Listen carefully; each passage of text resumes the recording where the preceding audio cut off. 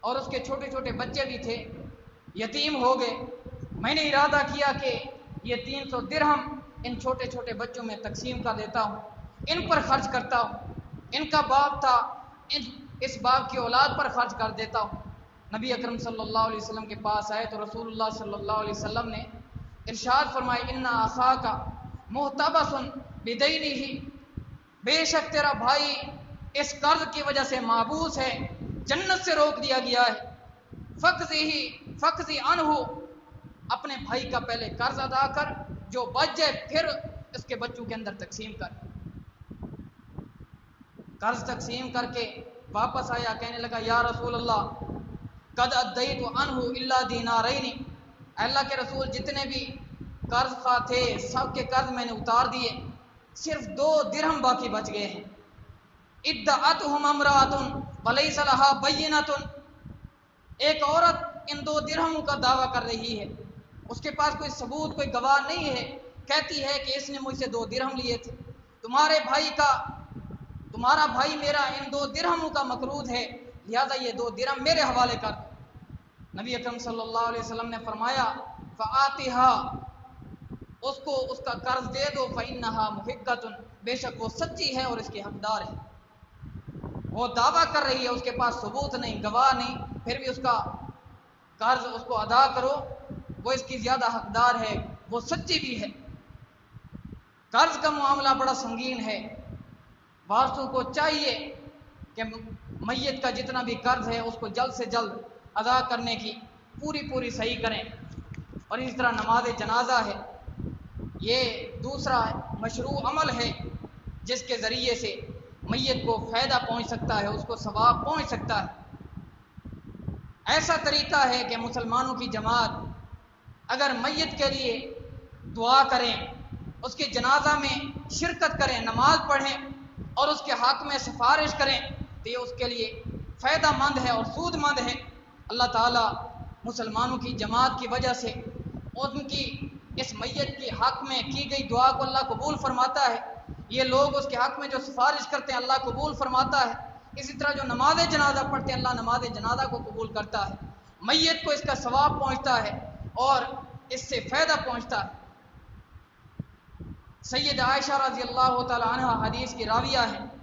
صحیح مسلم کے اندر حدیث آتی ہے،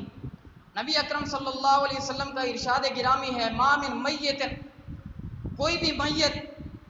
تصلی علیہ امت من المسلمین یبلغون 100، کہ کوئی بھی میت جس پر مسلمانوں کی ایک جماعت جس کی تعداد 100 ہو نماز پڑھتی ہے، جنازہ پڑھتی ہے اس کا، کلہم یشفعون لہ، سارے کے سارے اس کے حق میں سفارش کرتے ہیں، سارے کے سارے اس کے حق میں سفارش کرتے ہیں۔ نماز جنازہ ہے ہی میت کے حق میں دعا، اس کی مغفرت کی دعا کی جاتی ہے، درجات کی بلندی کی دعا کی جاتی ہے، عذاب قبر سے حفاظت اور اس طرح جہنم کے عذاب سے حفاظت کی دعا کی جاتی ہے، جنت کا سوال اس کے حق میں کیا جاتا ہے۔ تو یہ لوگ، یہ مسلمانوں کی جماعت جن کی تعداد 100 ہے، یبلغون 100، صحیح مسلم کی حدیث ہے کہ ان کی تعداد 100 ہو، جنازے کے اندر شرکت کرتے ہیں، سارے کے سارے اس کے حق میں دعا کرتے ہیں، سفارش کرتے ہیں، اللہ اس کو معاف کر دے، اے اللہ اس کے گناہ معاف کر دے، اے اللہ اس کے نیک اعمال کو قبول کر لے، اے اللہ اس کو عذاب قبر سے محفوظ کر لے، اے اللہ اس کو جنت میں داخل کر دے، اے اللہ اس کو قیامت کی سختیوں سے محفوظ فرما، اے اللہ جہنم کے عذاب سے اس کو اپنی پناہ میں رکھ۔ اس طرح کی دعائیں کرتے ہیں اور اس طرح کے سفارشیں اللہ تبارک و تعالیٰ کے دربار میں اس میت کے حق میں کرتے ہیں۔ اللہ تبارک و تعالیٰ الا شفعوا فیہ، اللہ تعالیٰ ان مسلمانوں کی گئی دعا کو قبول فرماتا ہے، جو سفارش انہوں نے کی اللہ ان کی سفارش کو قبول کرتا ہے۔ ان لوگوں نے جو نماز جنازہ اس میت کے آگے پڑھی، میت پر پڑھی ہے، اس کو بھی اللہ تبارک و تعالیٰ قبول فرما لیتا ہے۔ الا شفعوا فیہ، اللہ ان کی سفارش کو قبول کر دیتا ہے۔ اسی طرح اس حدیث کے اندر تعداد 100 ہے، لیکن مزید تخفیف بھی ایک حدیث کے اندر آتی ہے جس کے راوی عبداللہ ابن عباس رضی اللہ تعالی عنہ ہیں، فرماتے ہیں کہ رسول اکرم صلی اللہ علیہ وسلم نے ارشاد فرمایا، یہ حدیث بھی صحیح مسلم کے اندر آتی ہے، ما من مسلم یموت فیقوم علی جنازتہ 40 رجلا، کہ کوئی مسلمان جب فوت ہو جائے اس کے جنازہ میں 40 ایسے مسلمان شریک ہوں، نماز جنازہ اس کی ادا کریں، لا یشرکون باللہ شیئا، جو اللہ کے ساتھ کسی کو شریک نہ ٹھہراتے ہوں، مشرک نہ ہوں، ایسے مسلمان کسی مسلمان کی نماز جنازہ میں شریک ہو جائیں اور اس کے حق میں دعا کریں، اس کے حق میں سفارش کریں، الا شفعہم اللہ فیہ، اللہ تعالیٰ ان کی گئی دعا کو، ان کی گئی سفارش کو اللہ رب العزت ضرور بے ضرور قبول فرما لیتا ہے۔ ایک حدیث میں 100 تعداد ہے، دوسری حدیث میں 40 تخفیف کی گئی ہے۔ یہ اللہ تعالیٰ کا احسان عظیم ہے، یہ بہت بڑا فضل ہے کہ ایک مسلمان جب فوت ہو جائے، یہ فوت ہو گیا، اس کے جنازے میں 40 ایسے مسلمان جو موحد ہوں، اللہ کے ساتھ کسی کو شریک نہ ٹھہراتے ہوں، شرکت کر لیں اور اس کے حق میں مغفرت کی دعا کریں اور اسی طرح اس کے حق میں شفاعت کریں، سفارش کریں اللہ رب العزت کے دربار میں، اللہ اس کو معاف کر دے، اے اللہ اس کی گناہوں سے درگزر فرما، اے اللہ عذاب قبر سے اس کو محفوظ رکھیو، جہنم کے عذاب سے اللہ اس کو بچانا، جنت الفردوس میں اس کو داخلہ نصیب فرما۔ اس طرح کی دعائیں کرتے ہیں۔ نبی اکرم صلی اللہ علیہ وسلم کا فرمان ہے الا شفعہم اللہ فیہ، اللہ اس میت کے حق میں ان کی دعاؤں کو قبول فرما لیتا ہے، ان کی سفارش کو قبول فرما لیتا ہے۔ اسی طرح میت کے لیے دعا کرنا، دعا کرنے والا کوئی بھی ہو، اس لحاظ سے دعا کرنے کی 3 شکلیں ہو سکتی ہیں۔ پہلی شکل یہ ہے کہ میت کو جب جنازہ پڑھ لینے کے بعد قبر کے اندر دفن کر دیا جائے، اس وقت دفن کر لینے کے بعد اس کے حق میں وہیں پر کھڑے ہو کر، قبر کے پاس کھڑے ہو کر دعا کرنا، اس کی ثابت قدمی کی اور اس کی مغفرت کی دعا کرنا، یہ حدیث سے ثابت ہے۔ سیدنا عثمان ابن عفان رضی اللہ تعالیٰ عنہ فرماتے ہیں کہ رسول اکرم صلی اللہ علیہ وسلم نے ارشاد فرمایا، سنن نبی داؤد کے اندر حدیث آتی ہے کہ رسول اکرم صلی اللہ علیہ وسلم جب میت کو دفن کر لیتے تو قبر کے پاس کھڑے ہو کر آپ فرماتے تھے استغفروا لاخیکم وصلوا له بالتثبیت، اے میرے ساتھیو اپنے اس بھائی کے لیے بخشش کی دعا کرو اور اس کے لیے ثابت قدمی کا سوال کرو، یعنی بخشش کی دعا کرو، اے اللہ اس کے گناہوں کو بخش دے۔ فرشتے آئے ہیں سوال کرنے کے لیے، اس سے سوال کریں گے، بڑی ہیبت ہے فرشتوں کی، اس کے قدم ڈگمگا نہ جائیں، اس کے لیے ثابت قدمی کا سوال کرو، ثبات قدمی کا سوال کرو، اللہ اس کو ثابت قدم رکھے۔ فرشتے جس طرح قبر کے اندر سوال کریں، یہ ان سوالوں کا صحیح جواب دے دے۔ اور اسی طرح آپ نے فرمایا فَإِنَّهُ الْآنَ يُسْأَلُ، یہی تو وقت ہے اس میت سے سوال کیا جا رہا ہے۔ فرشتے اس کے پاس آئے ہیں، میت کو دفن کر لیا گیا، فرشتے اس کے پاس آئے ہیں، فرشتے اس سے سوال کر رہے ہیں، اب اللہ رب العزت سے اس کی مغفرت کی دعا کرو اور اس کے حق میں ثابت قدمی کی بھی دعا کرو۔ یہ طریقہ ہے، یہ مشروع طریقہ ہے، میت کو اس دعا کا فائدہ پہنچتا ہے اور یہ نبی اکرم صلی اللہ علیہ وسلم کی سنت سے ثابت ہے۔ اس طرح جنازہ پڑھ لینے کے بعد فوراً دعا کرنا، اس کو سنت سمجھ کے کرنا، یہ بدعت ہے، میت کو اس کا کچھ فائدہ حاصل نہیں ہوتا۔ ہو سکتا ہے اس میت کے لیے یہ کی گئی دعا وبال جان ہو سکتی ہے، لیکن اس کو اس دعا کا فائدہ نہیں پہنچ سکتا، کیونکہ رسول اللہ صلی اللہ علیہ وسلم کا یہ طریقہ اور آپ کی یہ سنت نہیں ہے۔ آپ کا طریقہ یہ ہے کہ میت کو جب دفن کر لیا جائے، دفن کر لینے کے بعد قبر کے پاس کھڑے ہو کر اس کے حق میں دعا کرنا، اس کی مغفرت کی، اس کی ثابت قدمی کی، رسول اکرم صلی اللہ علیہ وسلم کا یہی طریقہ کار ہے۔ اس کے علاوہ کسی صحیح حدیث میں یہ طریقہ مشروع اور جائز اور ثابت نہیں ہے کہ جنازہ پڑھ لینے کے فوراً بعد دعا کرنا۔ جنازہ میں بھی دعا کی جاتی ہے، جنازہ پڑھ رہے ہیں اس کے لیے مختلف دعائیں کریں، ایک مقام رکھا گیا ہے کہ تیسری تکبیر کے بعد جتنی کوئی دعائیں کر سکتا ہے کرے، میت کے حق میں جتنی کوئی کر سکتا ہے دعائیں کرے، لیکن نماز جنازہ پڑھ لینے کے بعد علیحدہ سے دعا کرنا اور اس کو سنت سمجھ کے کرنا، یہ کسی صحیح حدیث سے ثابت نہیں ہے۔ اور اسی طرح کسی بھی وقت کوئی بھی میت کے حق میں دعا کرتا ہے، اس دعا کا میت کو فائدہ پہنچتا ہے۔ قرآن مجید میں اللہ رب العزت ارشاد فرماتے ہیں، سورہ حشر کی آیت ہے، والذین جاءوا من بعدهم یقولون ربنا اغفر لنا ولاخواننا الذین سبقونا بالایمان، اور وہ لوگ جو بعد میں آئے وہ کہتے ہیں ربنا اغفر لنا، اے ہمارے رب ہمارے گناہ بھی معاف فرما دے، ہماری بھی بخشش فرما، ہمارے گناہوں سے درگزر فرما، وَلِإِخْوَانِنَا الَّذِينَ سَبَقُونَا بِالْإِيمَانِ، اور ہمارے وہ بھائی جو ہم سے ایمان لانے میں سبقت لے گئے، یعنی جو پہلے کے لوگ تھے ایمان لائے تھے سبقت لے گئے، ان کے بھی گناہوں کو معاف فرما۔ تو اس طرح جو بعد میں لوگ آتے ہیں، یعنی جو لوگ گزر گئے، ان کے حق میں دعا کریں تو ان کی گئی دعا ان کو فائدہ پہنچاتی ہے، ان کے حق میں کی گئی مغفرت کی دعا ان کے گناہوں کی بخشش کا ذریعہ بن سکتی ہے۔ اور صحیح مسلم کی ایک حدیث میں رسول اکرم صلی اللہ علیہ وسلم کا ارشاد کچھ یوں ہے، دعوت المرء المسلم لأخیہ مستجابۃ بظہر الغیب مستجابۃ، ایک مسلمان کی اپنے بھائی کے لیے دعا کرنا، اس کے پیٹھ پیچھے دعا کرنا مستجابۃ قبول کی جاتی ہے۔ دعوت المرء المسلم لأخیہ بظہر الغیب مستجابۃ، کہ کوئی مسلمان بندہ اپنے بھائی کے لیے اس کی غیر موجودگی میں دعا کرتا ہے تو اللہ ضرور بے ضرور اس کو قبول فرماتا ہے، مستجابۃ، وہ دعا قبول کی جاتی ہے۔ عند راسہ ملک معکل، جب یہ بندہ اپنے کسی بھائی کے لیے اس کی غیر موجودگی میں دعا کر رہا ہوتا ہے، اس کے حق میں دعا کر رہا ہوتا ہے، اللہ رب العزت اس بندے کے سرہانے سر کے پاس ایک فرشتہ مقرر کر دیتے ہیں۔ جب یہ بندہ کلما دعا لہ بخیر، جب یہ بندہ اپنے مسلمان بھائی کے لیے بھلائی کی دعا کرتا ہے، خیر کی دعا کرتا ہے، تو فرشتہ قال الملک المعکل بہ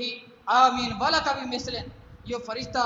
سر کے پاس کھڑا ہے، وہ اس کی اس دعا پر آمین کہتا ہے اور کہتا ہے کہ جو کچھ تو اپنے بھائی کے لیے مانگ رہا ہے، بھلائی مانگ رہا ہے، خیر مانگ رہا ہے، جس چیز کا تو نے اپنے بھائی کے لیے سوال کیا ہے، اللہ تجھے بھی ایسی چیز عطا فرمائے۔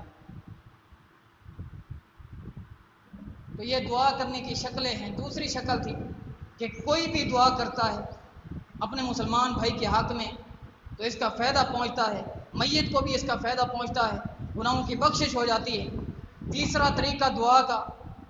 بطور خاص اولاد کے ساتھ ہے کہ اولاد اپنے والدین کے حق میں دعا کرتی ہے،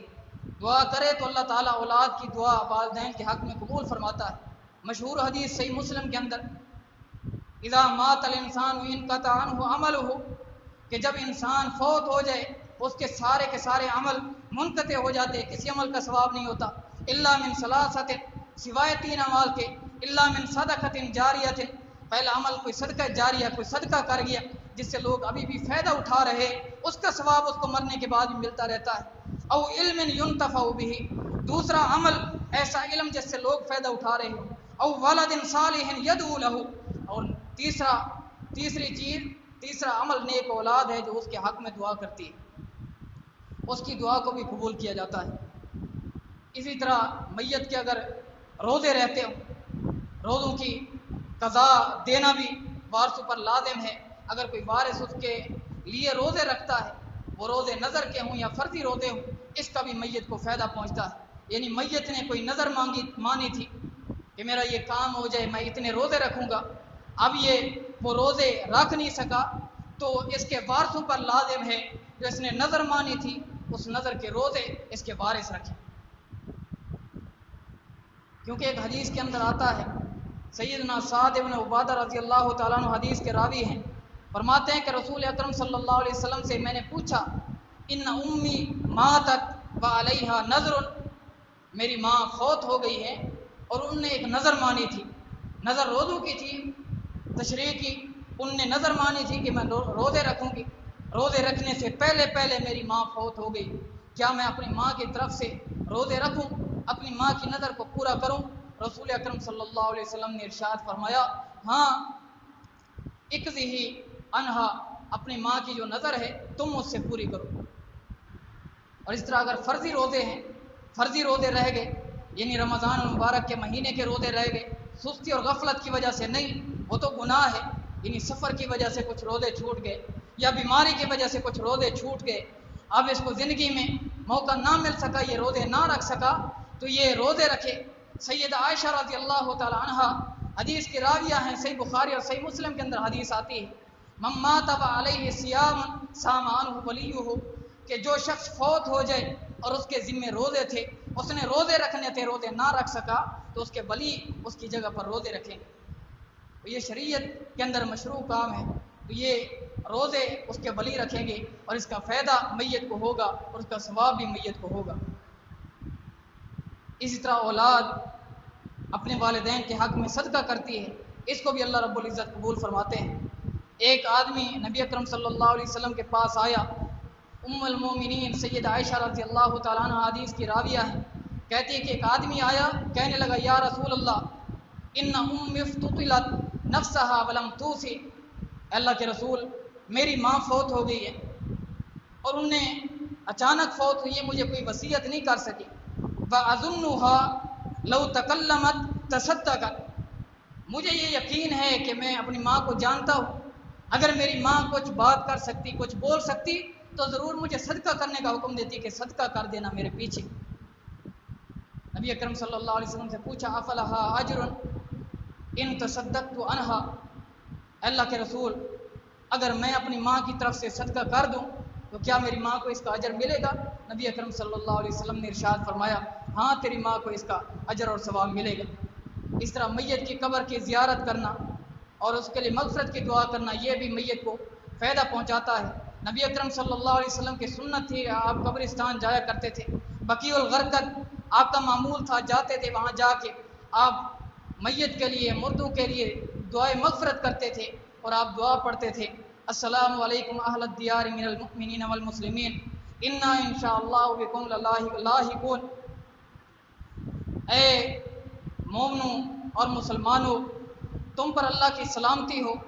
وَإِنَّا إِنشَاءَ اللَّهُ بِكُمْ لَاحِقُونَ، بے شک ہم بھی تمہیں ملنے والے ہیں، أَنْتُمْ لَنَا فَرَطٌ